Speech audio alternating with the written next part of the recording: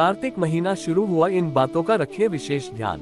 साल 2023 में कार्तिक मास की शुरुआत 29 अक्टूबर 2023 रविवार के दिन से शुरू हो रही है।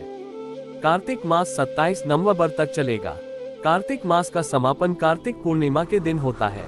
इस दिन लोग विशेष तौर पर गंगा में स्नान करने जाते हैं। मान्यता है कि भगवान विष्णु और लक्ष्मी जी को कार्तिक मास बहुत प्रिय है। यही वजह है कि इस मास की शुरुआत होते ही तुलसी माता की पूजा पूरे विधि विधान से शुरू कर दी जाती है। तो आपको बताते हैं कार्तिक मास में कैसे तुलसी जी की पूजा की जाती है और पूजा के वक्त किन बातों का ध्यान रखना जरूरी है। कार्तिक मास का महत्व। हिंदू धर्म में कार्तिक मास का बहुत विशेष महत्व है। इस मास में श्री विष्णु जी के साथ तुलसी की भी पूजा अर्चना की जाती है। इस मास में स्नान, दान, दीप करने से कष्टों से छुटकारा मिलता है। पूरे कार्तिक के महीने में सुबह जल्दी उठकर स्नान करने से विशेष फल की प्राप्ति होती है। कार्तिक महीने में केवल एक बार नरक चतुर्दशी के दिन ही शरीर पर तेल लगाना चाहिए। कार्तिक मास में अन्य दिनों में तेल लगाना वर्जित है। वैसे तो हर महीने तुलसी का सेवन व पूजा करना श्रेयस्कर होता है, लेकिन कार्तिक मास में तुलसी पूजा का महत्व कई गुना अधिक माना गया है। कार्तिक मास में सबसे महत्वपूर्ण काम दीपदान बताया गया है। इस महीने में नदी, पोखर, तालाब आदि में दीपदान किया जाता है। इससे पुण्य की प्राप्ति होती है। भूमि पर सोने से मन में सात्विकता का भाव आता है तथा अन्य विकार भी समाप्त हो जाते हैं। इसलिए इस माह में जमीन पर सोना अच्छा माना गया है। कार्तिक महीने में द्विदलन फलीदार चीजें व दालें अर्थात उड़द, मूंग, मसूर, चना, मटर, राय आदि नहीं खाना चाहिए।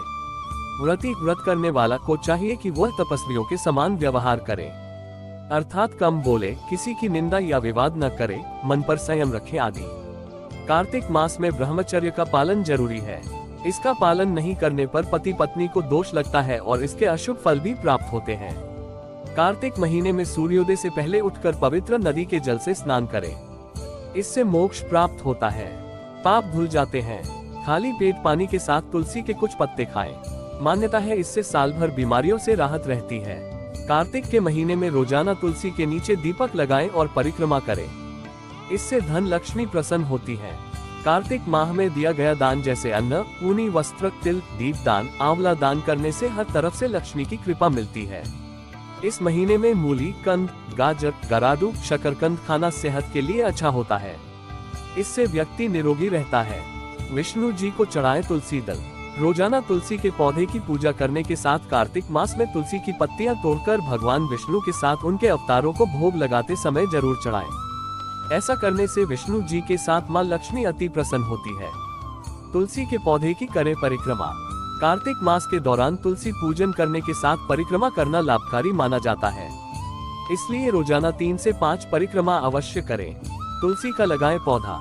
कार्तिक मास में तुलसी का पौधा लगाना लाभकारी माना जाता है।